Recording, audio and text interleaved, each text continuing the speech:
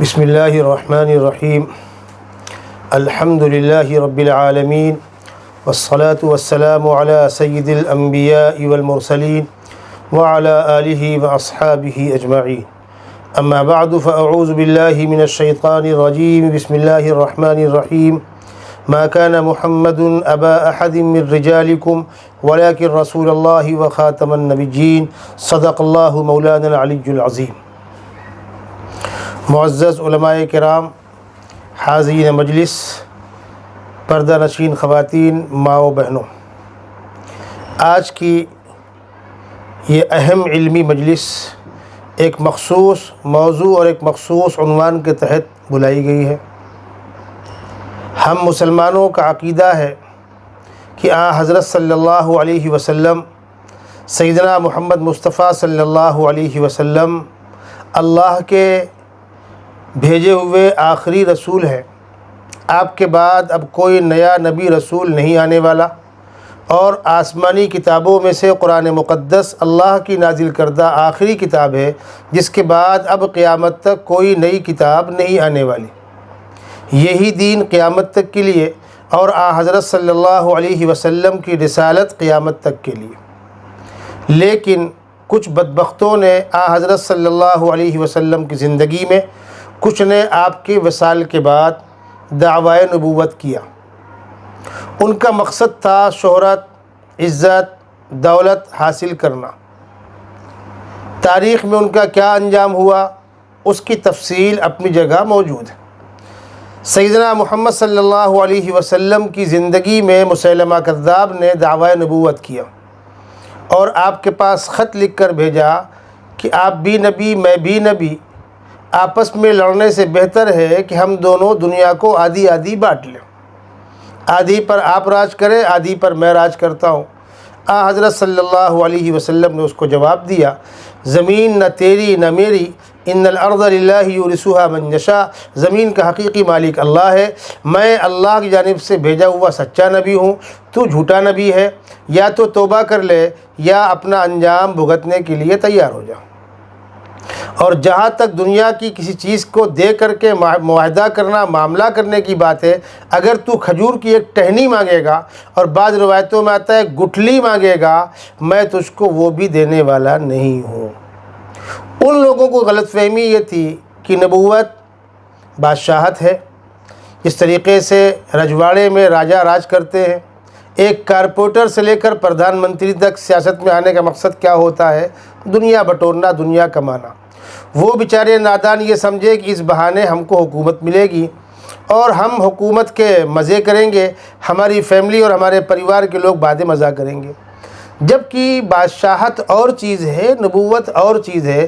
سیدنا محمد رسول اللہ صلی اللہ علیہ وسلم کی وہ پاکیزہ زندگی کہ آپ نے 2 وقت بھی جو کی روٹی پیٹ بھر کے نہیں کھایا، آپ کے گھر میں ہفتوں مہینوں چولہا نہیں جلا، آپ نے اپنی بیٹیوں کو، اپنے خاندان کے لوگوں کو دولت نہیں دی۔ آپ کی سب سے چہیتی بیٹی فاطمہ الزہرا رضی اللہ تعالیٰ عنہ، ایک مرتبہ انہوں نے اظہار بھی کیا تو آپ نے ان کو یہ سمجھا کر خاموش کر دیا، بیٹا دنیا چند دن کی ہے، ہمارا حقیقی گھر تو آخرت ہے، اگر بہت تھک جایا کرو تو سبحان اللہ 33 مرتبہ، الحمدللہ 34 مرتبہ، اللہ اکبر الحمدللہ 33 مرتبہ، اللہ اکبر 34 مرتبہ پڑھ کر بدن پر ہاتھ پھیر لیا کرو، تھکن دور ہو جائے گی۔ ان کو خادم اور باندی نہیں دی۔ کچھ جھوٹے مدعیان نبوت بعد میں پیدا ہوئے۔ بدقسمتی سے ہمارے ملک ہندوستان میں گرداسپور ضلع صوبہ پنجاب میں قادیان قصبے کے اندر ایک شخص پیدا ہوا، مرزا غلام احمد قادیانی۔ 1839 میں یہ شخص پیدا ہوا ہے اور 1908 میں اس کی موت ہوئی۔ اس نے بھی کوشش کی، دعویٰ کیا، باطل طاقتوں نے اس کو سپورٹ کیا۔ اسی طرح کچھ لوگ دعویٰ مہدویت کرتے، کچھ لوگ دعویٰ مسیحیت کرتے ہیں۔ یہ لوگ کیوں ایسا کرتے ہیں؟ ایک اہم سوال ہے۔ کچھ لوگوں نے تو دولت ہتھیانے کے لیے کوشش کی تھی، اور کچھ لوگوں کو باطل اپنا آلہ کار بناتا ہے۔ جس طرح مرزا غلام احمد قادیانی ہے، یہ باطل کا آلہ کار تھا۔ خود کی تعلیم پرائمری 4 تک، کتابیں ہزاروں صفحات پر مشتمل کتابیں ہیں اس کی، تو ایک آدمی پرائمری پڑھا ہوا ان کتابوں کو لکھتا کیسے تھا؟ اصل میں اس کے پیچھے حکیم نور الدین لگایا گیا تھا، جو اس کا بعد میں خلیفہ اول بنا۔ شکیل ابن حنیف جو اس وقت اورنگ آباد کے اندر بیٹھا ہوا ہے، دینی تعلیم نہ کے برابر، تھوڑی بہت تعلیم اس کی اسکول کی ہے، معاشی بدحالی کا شکار تھا، دربھنگہ چل کر دلی آیا اور دلی میں محلہ نبی کریم میں جا کر رہنا شروع کیا۔ شروع میں جماعت والوں کے ساتھ لگا اور قربانیوں کے ساتھ اور اخلاص کے ساتھ اور محنت کے ساتھ کام کر رہے حضرت۔ جماعت کے ساتھیوں سے گھر کا راشن بھراتے تھے۔ میری ان ساتھیوں سے ملاقات ہے، جس مکان میں وہ رہتا تھا اس مکان میں جا کر میں نے بذات خود معلومات لی۔ باطل نے اس کو اپنے اعلی کار بنایا، یہ وہاں سے بھگایا گیا دھلیا آ گیا، وہاں سے بھگایا گیا اورنگ آباد آ گیا، اور اب اورنگ آباد میں باقاعدہ ایک علاقہ خرید کر وہاں اس کے ماننے والوں کی پوری آبادی۔ مجھ جیسے سینکڑوں لوگوں نے اس کو چیلنج کیا ہوگا، اور میں آج پھر چیلنج کر رہا ہوں کہ جب طبیعت چاہے اورنگ آباد شہر کے جس چوراہے پر چاہو اسٹیج لگا لو، ناچیز آ کر بات کرنے کو تیار ہے۔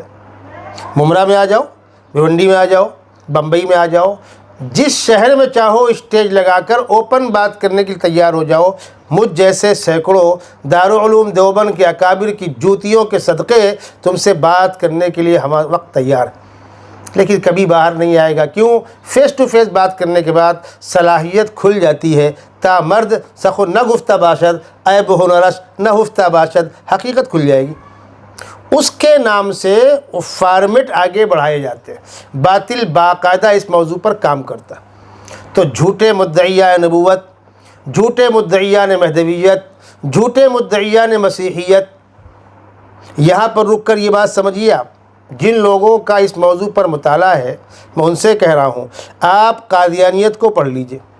وہ دلائل جو قادیانی کے نام سے اس کتابوں کے اندر شائع کیے گئے، بالفاظ دیگر قادیانی نے اپنے عیسیٰ ہونے پر یا اپنے مہدی ہونے پر جو دلائل دیے تھے وہی دلائل یہاں موجود ہے، بعینہ ہی وہی فارمیٹ منتقل کر دیا گیا، یعنی مال پرانا پیکنگ نہیں کر کے یہاں دے دیا گیا۔ اس کو دعوی مسیحیت کیوں کرنا پڑا؟ یہ ایک سوال ہے۔ مرزا غلام احمد قادیانی اپنے آپ کو عیسیٰ کیوں کہتا تھا؟ وجہ کیا جوڑ ان دونوں باتوں میں؟ عیسیٰ علیہ السلام پیدا ہو چکے، صاحب شریعت پیغمبر تھے، ان پر کتاب نازل ہو چکی، وہ فلسطین میں پیدا ہوئے تھے۔ مرزا غلام احمد قادیانی ہندوستان میں پنجاب میں قادیان میں پیدا ہوا، شکیل ابن حنیف مردود دربھنگہ میں پیدا ہوا۔ کیا جوڑ ہے ان دونوں میں؟ یہ لوگ کیوں کوشش کرتے ہیں اپنے آپ کو مہدی یا مسیح کہلانے کا؟ کیوں زور مارتے ہیں؟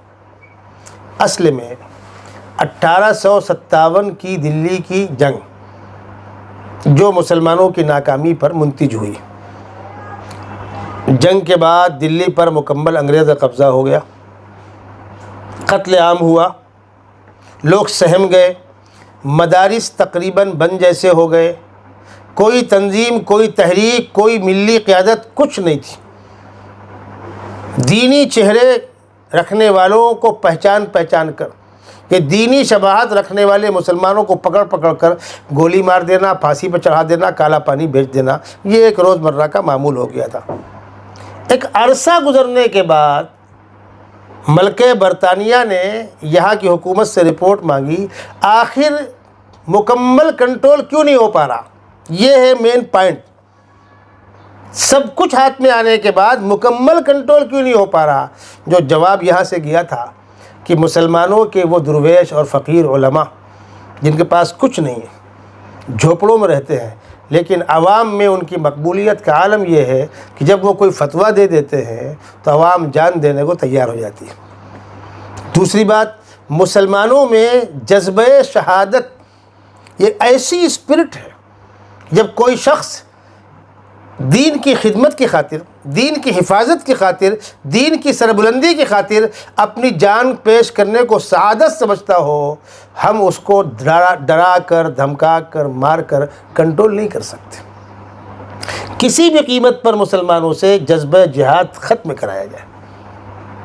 مرزا غلام احمد قادیانی کو اصل کام یہ دیا گیا تھا، ہم تم کو آگے بڑھائیں گے، متعارف کرائیں گے، دولت دیں گے، عہدے دیں گے، تمہارے ساتھ چلنے والوں کو دولت دیں گے۔ جب تمہارے اختیار میں یہ مسئلہ آ جائے تو تم مسلمانوں سے جذبہ جہاد ختم کر دینا۔ اب سیدھی بات ہے کہ جس چیز کا ثبوت قرآن مقدس سے، وہ ایک الگ بات ہے، اس کی شرائط کیا ہے، حالات کیا ہے، کہاں ہوگا کہاں نہیں ہوگا، لیکن اصولی بات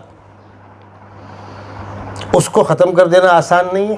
ہاں، روایتوں میں یہ آتا ہے کہ جب عیسیٰ علیہ السلام آسمان سے دوبارہ اتریں گے، دجال کو قتل کر دینے کے بعد یہودی مارے جائیں گے، چند کے ماں سوا سب مارے جائیں گے، چند تائب ہوں گے۔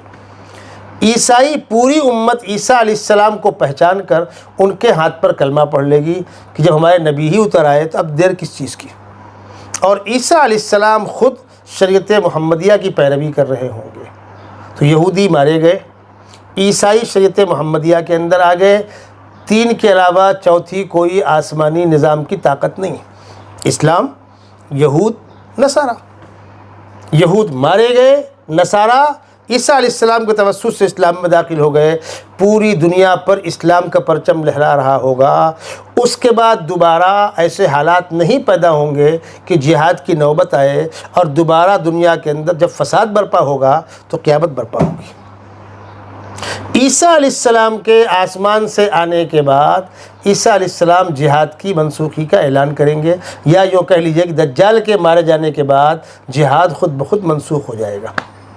اس کو یہ کام کرنا تھا، اس لیے اس نے اپنے آپ کو عیسیٰ باور کرایا، اور عیسیٰ علیہ السلام کو آسمان سے جو اترنے کی ہم کو اطلاع دی گئی ہے کہ عیسیٰ علیہ السلام دوبارہ آسمان سے اتریں گے، تو یہ کمبخت کہاں جاتا آسمان میں، وہاں اترتا، وہاں سے ممکن نہیں تھا۔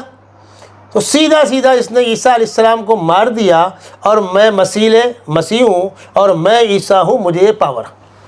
تقریباً اسی انداز کی بات دعوی مہدویت کے اندر بھی ہے۔ شکیل جیسے اپنے آپ کو مہدی کیوں کہلا رہے ہیں؟ اس وقت ہندوستان میں 1 درجن سے زائد مہدی ہیں، کسی کی بازار چل پڑی، کسی کی نہیں پڑی۔ ایک آدھ ممرہ کے اندر مدعیان مہدویہ ہیں، حیدرآباد میں ہے، آئے دن خبر ملتی رہتی ہے، لیکن جس کے پیچھے سرکار کی پشت پناہی ہوتی ہے اور جس کی مارکیٹ چل پڑتی ہے وہ مشہور ہو جاتا ہے۔ کچھ دنوں پہلے میں نے پڑھا تھا ایران کے اندر 3000 لوگ جیلوں میں قید ہیں، کس بنیاد پر؟ وہ اپنے آپ کو مہدی کہتے ہیں، چونکہ ان کے یہاں بھی تصور ہے مہدی کا۔ تو یہ دعوی مہدویت کرنے والے چاہتے کیا؟ شکیل جیسے لوگ۔ اللہ کے نبی صلی اللہ علیہ وسلم نے ارشاد فرمایا، قرب قیامت میں حالات بد سے بدتر ہوں گے، حجاز کا حکمراں مارا جائے گا، نئے حکمراں کا انتخاب نہ ہو سکے گا، اس سال حج بغیر امیر کے ہوگا، اور بعض روایتوں میں یہ بھی آتا ہے کہ رمضان میں سورج اور چاند میں گرہن لگے گا۔ یہ حالات ہوں گے، حج کے ایام ہوں گے، اس خطے کا کوئی رہبر، کوئی رہنما نہیں ہوگا، کوئی حکمراں نہیں ہوگا، بڑی بے چینی ہوگی۔ یہی وہ حالات ہیں جب امام مہدی کا ظہور ہوگا۔ یہ ہوں گے کون؟ یہ اللہ کے نبی صلی اللہ علیہ وسلم کی بیٹی فاطمۃ الزہرا کی اولاد میں حضرت حسن رضی اللہ تعالیٰ عنہ کی اولاد میں سے ہوں گے، حسنی ہوں گے وہ۔ تو جو بیچارے حسینی میں ڈھونڈ رہے ہیں ان کو، وہ نادان ہے۔ ایک طبقہ ہے نا جو 12واں امام حسینی مانتے ہیں، ان کی غلطی ہے یہ۔ اولت تو بنیادی غلط ہے وہ، لیکن یہ حسینی سادات میں سے ہوں گے، مدینہ حسنی سادات میں سے ہوں گے، مدینہ منورہ میں پیدا ہوں گے، عام انسان کی طرح زندگی گزار رہے ہوں گے، لمبا قد ہوگا، اللہ کے نبی صلی اللہ علیہ وسلم سے کی شکل سے قریب قریب مشابہ شکل ہوگی، لمبا قد ہوگا، صحت مند ہوں گے، بدن میں ہلکی سی لکنت ہوگی، نام ہوگا محمد، باپ کا نام ہوگا عبداللہ، یعنی یہ محمد ابن عبداللہ ہوں گے۔ جب یہ حالات پیدا ہوں گے تو ان کو یہ خطرہ ہوگا کہ اب لوگ مجھے گھیریں گے، اس لیے انہیں اندازہ ہوگا کہ یہ منصب مجھے ملنے والا ہے، اور وہ اس سے بچ رہے ہوں گے۔ مدینہ منورہ سے وہ نکل کر خاموشی سے مکہ مکرمہ آ جائیں گے، حج کے بعد خانہ کعبہ کا طواف کر رہے ہوں گے۔ اللہ کے نیک بندے اس سال حج کے بعد امام مہدی کو تلاش کر رہے ہوں گے، اس لیے کہ حالات ہو گئے نا بھائی، سورج چاند و گرہن لگ گیا، حج بغیر امیر کے ہوا، حجاز کا حکمراں مارا گیا، تو طواف کرتے ہوئے امام مہدی کو پہچان لیں گے۔ پوچھیں گے انت محمد ابن عبداللہ المہدی؟ وہ کہیں گے نعم۔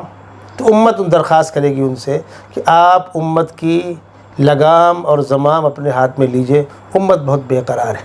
وہ معذرت چاہیں گے لیکن لوگ مجبور کریں گے، اللہ کا واسطہ دیں گے، بالآخر وہ مقام ابراہیم کے سامنے یعنی پہچانے جائیں گے حجر اسود اور مقام ابراہیم کے بیچ میں، اور شاید چلتے ہوئے کچھ باتیں ہو رہی ہوں گی، بالآخر مقام ابراہیم کے سامنے وہ بیٹھ جائیں گے، وہاں بیعت ہوگی۔ سب سے پہلے 313 اللہ کے نیک بندے ان سے وہاں بیعت کریں گے۔ حدیث شریف میں آتا ہے جیسے ہی امام مہدی کی بیعت ہوگی مطاف میں، پوری دنیا میں یہ اطلاع چند منٹوں کے اندر پھیل جائے گی۔ جس وقت اللہ کے نبی صلی اللہ علیہ وسلم نے ارشاد فرمایا تھا اس وقت تأمل تھا کیسے اطلاع پہنچے گی، جانے والا کس چیز سے جائے گا، سمندر کے راستے سے جائے گا، خشکی کے راستے سے جائے گا۔ لیکن آج یہ بات سمجھانے بتلانے کی اب ضرورت نہیں ہے، ہر شخص سمجھتا ہے کہ جیسے ہی اس کو فیس بک پر یا اس قسم کی کسی چیز پر، انسٹاگرام پر یا یوٹیوب پر کہیں ڈالا گیا، وہ سارے گروپ میں، اس گروپ میں جہاں جہاں کے لوگ ہوں گے وہاں ایک سیکنڈ کے اندر وہ چیز پہنچ جائے گی، پوری دنیا میں اس کی اطلاع پہنچ جائے گی۔ وہ وہاں سے چل کر مدینہ منورہ آئیں گے، روضہ اقدس میں صلاۃ و سلام کو نذرانہ پیش کریں گے، اور شام اس وقت میدان جنگ بنا ہوگا جہاں اہل اسلام سے باطل ٹکرا رہا ہوگا، تشریف لے جائیں گے شام۔ 6 سال تک گھمسان کی جنگ ہوگی، کبھی یہ غالب کبھی وہ غالب، کبھی یہ غالب کبھی وہ غالب۔ ان باتوں کو توجہ کے ساتھ آپ سنیے گا۔ امام مہدی اپنی بیعت کا پرچار نہیں کر رہے ہوں گے، پمفلیٹ نہیں بانٹ رہے ہوں گے، وہ انکار کر رہے ہوں گے، امت مجبور کرے گی۔ بیعت لینے کے بعد سیدھے میدان جنگ جائیں گے اور 6 سال تک مسلسل جنگ کے اندر مصروف رہیں گے۔ 6 سال یہ شور ہوگا کہ عراق اور شام کے بیچ سے دجال ظاہر ہوا۔ ظاہر ہونے کے بعد وہ دعویٰ نبوت کرے گا، پھر وہ اصفہان آئے گا، 70,000 یہودی دجال کی فوج میں شامل ہو کر اس کو حمایت دیں گے، وہاں وہ دعویٰ خداوندی کرے گا۔ حدیث شریف میں آتا ہے کہ 40 دن رہے گا، پہلا دن 1 سال کے برابر، دوسرا دن 1 ماہ کے برابر، تیسرا دن 1 ہفتے کے برابر، بقیہ 37 دن جیسے ایام ہوتے ہیں ویسے۔ تو یہ ہو گیا 1 سال 1 مہینہ 7 دن اور 37 دن وہ جو 40 بچے تھے، تو 1 سال 37 اور 37 74، 1 سال 74 دن وہ رہے گا، پوری دنیا کے اندر فساد برپا کرے گا، آتنک مچائے گا، مکے اور مدینے میں داخل نہیں ہو سکے گا، فرشتے اس کو روک دیں گے۔ یہ حالات ہوں گے، امام مہدی کی فوج دجالی فوج سے ٹکرا رہی ہوگی، اور مسلمان شکست کھاتے کھاتے، کمزور ہوتے ہوتے اتنے کم بچیں گے کہ دمشق کی مسجد میں ایک رات میں عشاء کی نماز کے بعد سوئیں گے، تہجد میں اٹھ کر رو رو کر دعائیں کریں گے، خدا بندہ ہماری مدد فرما، تمام دروازے بند ہوں گے، مسلمان تھوڑے سے ہوں گے، دجالی فوج باہر مسجد کو گھیر کر کھڑی ہوگی، دجال اس کے اندر خود موجود ہوگا، تہجد میں رو رو کر دعا کریں گے، خدا بندہ ہماری مدد فرما، اب تو صبح سب کو جام شہادت نوش کرنا ہے، باطل نے گھیر رکھا ہے اسلامی فوج کو۔ فجر کی اذان ہوگی، سنت پڑھی جائے گی، امام مہدی مصلی پر ہوں گے، تکبیر کہی جا رہی ہوگی، عیسیٰ علیہ السلام 2 فرشتوں کے کندھوں پر ہاتھ رکھے آسمان سے اس مسجد کے منارے پر اتریں گے، پھر آواز دیں گے اللہ کے بندو مجھ کو اتارو، سیڑھی لگا کے آپ کو اتارا جائے گا، آپ نیچے آئیں گے، امام مہدی اشارہ کریں گے تشریف لائیے مصلی پر، عیسیٰ علیہ السلام فرمائیں گے اس اذان اور تکبیر کے بعد نماز آپ ہی پڑھائیں گے، تکبیر آپ کے لیے کہی گئی ہے، اور میں امت محمدیہ کا خادم بن کر آیا ہوں، میں اپنی نبوت کا پیغام لے کر نہیں آیا، میں بطور امتی کے کام کروں گا، شریعت محمدیہ کی پیروی کروں گا، آپ نماز پڑھائیں، میں آپ کے پیچھے نماز پڑھوں گا۔ اللہ کے نبی صلی اللہ علیہ وسلم نے اس منظر کی منظر کشی کی ہے، کیف انتم اذا نزل فیکم ابن مریم و امامکم منکم، تمہاری خوشی کا اس وقت کیا حال ہوگا جب تمہارے درمیان ابن مریم نازل ہو چکے ہوں گے اور تمہارا امام امامت کر رہا ہوگا۔ اللہ کا عجیب نظام ہے، قرآن کے اندر بھی حدیث کے اندر بھی عیسیٰ علیہ السلام کو ابن مریم کہا گیا ہے۔ اب بتائیے ابن مریم مردود قادیانی بیٹھتا ہے کہ مردود شکیل ابن حنیف بیٹھتا ہے؟ بھائی قادیانی کے باپ کا نام مرتضیٰ، اس کے باپ کا نام حنیف۔ قادیانی پیدا ہوا پنجاب میں، قادیان میں یہ پیدا ہوا بہار میں دربھنگا میں، کیا جوڑ ہے ان دونوں کا؟ عیسیٰ علیہ السلام پیدا ہوا فلسطین میں۔ فجر کی نماز پڑھنے کے بعد عیسیٰ علیہ السلام فرمائیں گے مجھ کو نیزہ دو، دروازے کھول دو۔ جب دروازے کھولے جائیں گے دجالی فوج مسلمانوں کو ختم کرنے کے لیے آگے بڑھے گی۔ عیسیٰ علیہ السلام سامنا کریں گے۔ حدیث شریف میں آتا ہے جہاں تک آپ کی نگاہ جائے گی وہاں تک آپ کی سانس جائے گی، اور جہاں تک آپ کی سانس جائے گی وہ تلوار کا کام کرے گی۔ آپ خالی کھڑے ہو کے دیکھیں گے، ایسے صف کی صفیں کٹ کٹ کے گریں گی۔ دجال عیسیٰ علیہ السلام کو پہچانے گا تو بھاگے گا۔ حدیث شریف میں آتا ہے دجال بھاگتا ہوگا، پگھلتا ہوگا، جس طریقے سے پانی کے اندر برف پگھلتا ہے ایسے پگھل رہا ہوگا اور بھاگ رہا ہوگا۔ جب دجال ہی بھاگ رہا ہے تو فوج کا کیا حال ہوگا؟ چند کو چھوڑ کر باقی سارے فوجی مارے جائیں گے، اور عیسیٰ علیہ السلام دمشق سے دجال کو دوڑا کر کہاں لے جائیں گے؟ تل ابیب جو اسرائیل کی راجدھانی ہے اس سے 18 کلومیٹر کے فاصلے پر ایک شہر ہے لد، جہاں دنیا کا سب سے زیادہ سیکورٹی لیس ایئرپورٹ ہے، وہاں تک دوڑا کے لے جائیں گے۔ اللہ کے نبی صلی اللہ علیہ وسلم نے اس وقت فرمایا تھا ان باب لد، لد کے دروازے کے پاس۔ اس وقت تو لد کسی شہر کا نام بھی نہیں تھا، کوئی ایئرپورٹ بھی نہیں تھا، وہاں دروازہ کیا تھا؟ وہ جگہ متعین جہاں عیسیٰ علیہ السلام گرا کر دجال کو ماریں گے۔ محدثین کہتے ہیں کہ اب سمجھ میں یہ آ رہا ہے کہ وہ بھاگتے بھاگتے لد ایئرپورٹ سے کسی فلائٹ میں بیٹھ کر بھاگنا چاہ رہا ہوگا، اور عیسیٰ علیہ السلام اس کو باہر گرا کر اس کے سینے میں خنجر پیوست کریں گے۔ دجال کا خاتمہ ہوگا، یہودی مارے جائیں گے۔ وہ عیسائی جو جھوٹے دجال کو، المسیح الدجال کو مسیحا سمجھ کر یہودیوں کا ساتھ دے رہے ہوں گے، ان کی آنکھ کھلے گی، یہ جھوٹا تھا، سچے مسیح آ گئے، اور جو ہمارے مسیح آ گئے ہیں اب تاخیر کس بات کی؟ پوری عیسائی امت عیسیٰ علیہ السلام کے ہاتھ پر کلمہ پڑے گی، اور عیسیٰ علیہ السلام شریعت محمدیہ کی پیروی کر رہے ہوں گے۔ وَإِن مِّنْ أَهْلِ الْكِتَابِ إِلَّا لَيُؤْمِنَنَّ بِهِ قَبْلَ مَوْتِهِ۔ یہ ہے وہ شکل جب دنیا پر ایک جھنڈا لہرا رہا ہوگا۔ مرزا غلام احمد قادیانی نے اس پاور کو استعمال کرنے کے، جہاد کو منسوخ کرنے کے لیے اپنے آپ کو پہلے مسیح باور کرایا۔ اب سیدھی بات ہے، کہاں مسیح ابن مریم اور کہاں تو کمبخت جھٹا، کہاں عبداللہ محمد ابن عبداللہ المہدی اور کہاں شکیل ابن حنیف۔